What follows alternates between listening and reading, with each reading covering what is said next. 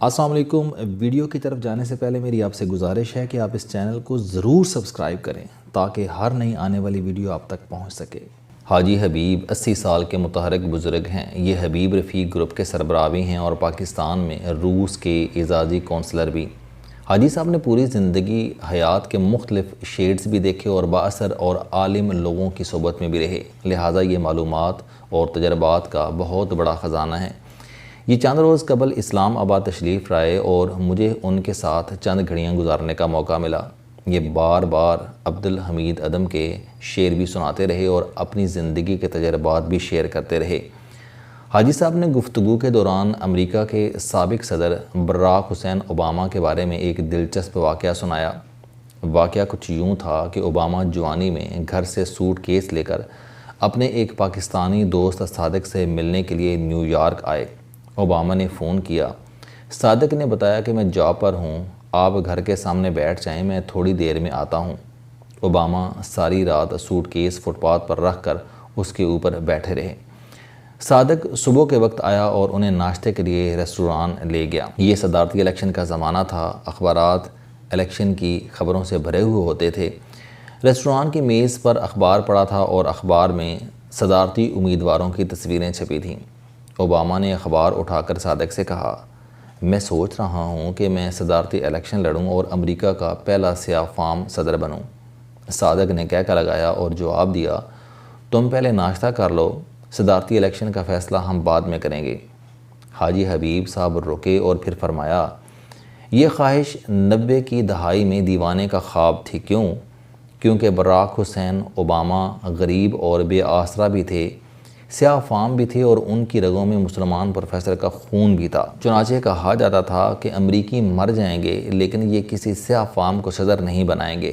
لیکن آپ اللہ تعالیٰ کی کرنی دیکھیے، اس واقعے کے 15 برس بعد براک حسین اوباما امریکہ کے صدر بن چکے تھے۔ حاجی صاحب رکے اور پھر فرمایا، ہمیں ہر وقت اپنے بارے میں نیک اور اچھا سوچنا چاہیے۔ ہمیں کیا پتہ کہ اللہ تعالیٰ کس وقت ہماری کون سی خواہش سن لے اور ہماری کون سی مراد پوری ہو جائے۔ میں نے حاجی صاحب کی بات سے اتفاق کیا۔ ہماری زندگی میں روزانہ 2 فیصلہ کن گھڑیاں آتی ہیں۔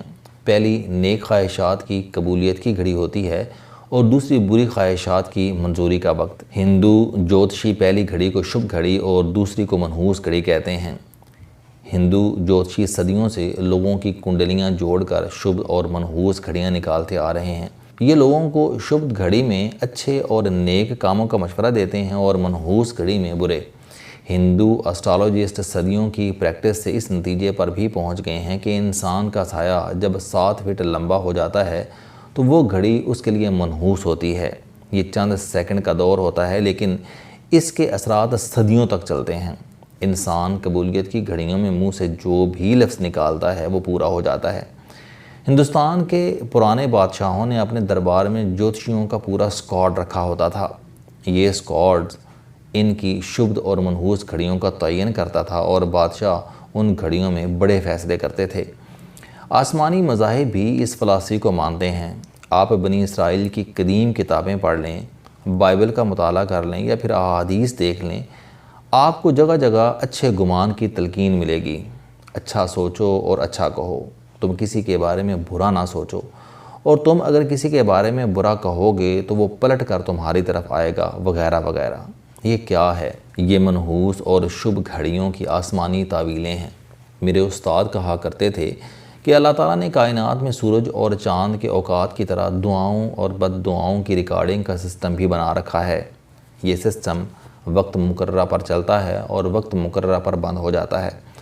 ہم اس ریکارڈنگ سسٹم میں جو ریکارڈ کر دیتے ہیں وہ ریکارڈ ہو کر اللہ کی بارگاہ میں پہنچ جاتا ہے اور قدرت کے کارندے اس پر کام شروع کر دیتے ہیں۔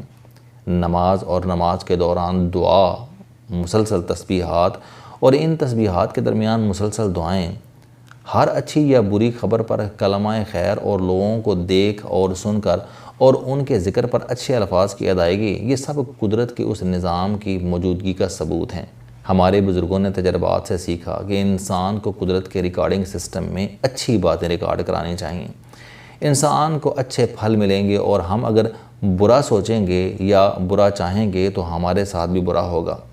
آپ کو اگر یقین نہ آئے تو آپ کسی بھی کامیاب شخص سے مل لیں، وہ آپ کو بتائے گا کہ میں نے فلاں دن آسمان کی طرف دیکھ کر اللہ سے یہ دعا مانگی تھی اور پھر اللہ تعالیٰ نے میرے لیے کامیابی کے راستے کھول دیے تھے۔ آپ تازہ ترین مثال ملاحظہ کیجئے، 29 جون کو پاکستان افغانستان کے خلاف میچ کھیل رہا تھا، گیندیں کم تھیں اور رن زیادہ۔ افغانستان کے سپنرز میچ پر حاوی تھے۔ پاکستان کے جس بیٹسمین نے بھی چھکا لگانے کی کوشش کی وہ اپنی وکٹ گنوا بیٹھا۔ وہاب ریاض 9ویں نمبر پر بیٹنگ کے لیے آئے۔ افغانستان کے best bowler Rashid Khan bowling کر رہے تھے۔ وہاب ریاض نے راشد خان کو پہلے چوکا لگایا اور پھر اس کے اگلے اوور میں اسے چھکا جڑ دیا۔ میچ پاکستان کے ہاتھ میں آ گیا۔ میچ کے بعد وقار یونس نے وہاب ریاض سے پوچھا، آپ بیٹنگ کے لیے جا رہے تھے تو بڑی نازک صورتحال تھی، آپ کی انگلی بھی ٹوٹی ہوئی تھی، اس وقت آپ کے دماغ میں کیا چل رہا تھا؟ وہاب ریاض نے جواب دیا کہ جب میں بیٹنگ کے لیے میدان میں جا رہا تھا تو میں نے آسمان کی طرف دیکھا اور کہا یا اللہ میری عزت رکھنا، اور اس نے میری عزت رکھ لی۔ سوال یہ ہے کہ پاکستانی وہاب ریاض اور افغانی راشد خان دونوں مسلمان تھے، اللہ تعالیٰ نے صرف وہاب ریاض کی عزت ہی کیوں رکھی؟ کیوں کہ وہ قبولیت کی گھڑی تھی، اور وہاب ریاض نے قبولیت کی اس گھڑی میں اللہ سے عزت مانگ لی تھی اور اللہ نے اسے عزت دے دی، جبکہ راشد خان اس وقت گیند رگڑتا رہ گیا۔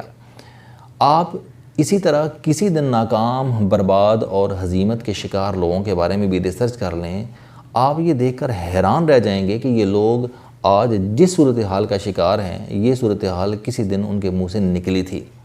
یہ کسی دن اپنے منہ سے بولے تھے کہ جاؤ مجھے پکڑ لو، جاؤ مجھے پھانسی لگا دو، جاؤ مجھے جیل میں پھینک دو، جاؤ مجھے نکال دو، یا پھر میں زمین پر بھی لیٹ لوں گا، میں فٹ پاتھ پر بھی بیٹھ جاؤں گا اور میں پھانسی پر بھی چڑھ جاؤں گا، وغیرہ وغیرہ۔ یہ لوگ جس وقت یہ کہہ رہے تھے وہ منحوس گھڑی تھی، ان کی خواہش قدرت کے ریکارڈنگ سسٹم میں ریکارڈ ہوئی اور قدرت نے انہیں وہ دے دیا جس کی انہوں نے خواہش کی۔ آپ کسی دن شریف فیملی کا مطالعہ بھی کر لیں، آپ ان کے 5 برس کے پرانے بیانات نکال کر دیکھ لیں، آپ کو یہ لوگ اور ان کے ساتھی بار بار یہ کہتے ملیں گے کہ یہ ہمیں پکڑ لیں، یہ ہمیں جیلوں میں ڈال دیں، یہ ہمارا حساب لے لیں، یہ ہمیں پھانسی چڑھا دیں اور یہ ہماری تلاشی لے لیں، وغیرہ وغیرہ۔ اور آج کیا ہو رہا ہے؟ آج ان کی تلاشی بھی ہو رہی ہے، حساب بھی، اور یہ جیلوں میں بھی ہیں۔ یہ کیا ہے؟ یہ منحوس گھڑیوں میں منحوس باتوں کا نتیجہ ہے، یہ قدرت کی پکڑ ہے۔ آپ کو آصف علی زرداری کے یہ الفاظ بھی یاد ہوں گے کہ چیئرمین نیب کی کیا مجال ہے، اور یہ آج اس مجال کا شکار بن چکے ہیں۔ آپ کو خواجہ سعد رفیق کے لوہے کے چنے بھی یاد ہوں گے۔ یہ چنے بھی اس وقت قدرت کے دانتوں میں ہیں، اور میں نے کل ٹیلی ویژن پر وزیر اعظم عمران خان کو بھی یہ کہتے سنا کہ میں تو موت بھی برداشت کر سکتا ہوں۔ آپ یقین کیجئے کہ میرے منہ سے توبہ توبہ نکل گئی، اور میں نے ہاتھ اٹھا کر اللہ تعالیٰ سے ان کی زندگی کی دعا کی۔ مجھے محسوس ہوا کہ یہ لفظ ہمارے وزیر اعظم کی جان لے لیں گے۔ کاش ہم جان سکیں کہ ہمارے لفظ گولی ہوتے ہیں، یہ بم ہوتے ہیں۔ دنیا میں جس طرح گولیاں اور بم چلنے کے بعد واپس نہیں آتے، لفظ بھی واپس نہیں آتے۔ چنانچہ ہمیں بولتے ہوئے، منہ سے برے الفاظ نکالتے ہوئے 10 مرتبہ سوچنا چاہیے۔ ہم کس وقت اپنے کس لفظ کا نشانہ بن جائیں ہم نہیں جانتے۔ آپ کو یقین نہ آئے تو آپ تاریخ دیکھ لیں۔ جان ایف کینیڈی کھلی گاڑی میں بیٹھ جاتا تھا اور کہتا تھا، کیا کوئی شخص دنیا کے سپر پاور کے صدر کو گولی مارے گا؟ یہ ہمت کون کرے گا؟ اور پھر کیا ہوا؟ وہ کھلی گاڑی میں گولی کا نشانہ بن گیا۔ بھٹو صاحب اکثر اپنی تقریروں میں کہتے تھے، مجھے چوک میں لٹکا دینا، اور پھر وہ پھانسی بھی لگے اور ان کا پھانسی گھاٹ چوک بھی بنا۔ حسنی مبارک کہتا تھا کہ پکڑ لو مجھے، ڈال دو مجھے جیل میں، اور پھر وہ پکڑے بھی گئے اور جیل میں بھی ڈالے گئے۔ صدام حسین کہتا تھا کہ مجھے لٹکا دینا، اور پھر وہ لٹکے، اور کرنل قذافی کہتا تھا کہ میں اگر اپنی قوم کو سپر نیشن نہ بنا سکا تو میری لاش پر پیشاب کر دینا، اور پھر دنیا نے اس کی لاش بھی دیکھی اور لوگوں کو اس پر پیشاب کرتے بھی دیکھا۔ اور آخری مثال، یہ واقعہ بے نظیر بھٹو کی درینہ ساتھی ناہید خان نے کسی محفل میں سنایا تھا۔ ان کا کہنا تھا کہ آصف علی زرداری کے دوست انہیں اہم پوزیشن پر دیکھنا چاہتے تھے۔ یہ لوگ میرے پاس آئے، میں نے ان کا پیغام بے نظیر بھٹو کو دے دیا۔ وہ اس وقت کسی ذہنی خلجان کا شکار تھیں۔ وہ چونک کر بولیں، اوور مائی ڈیڈ باڈی۔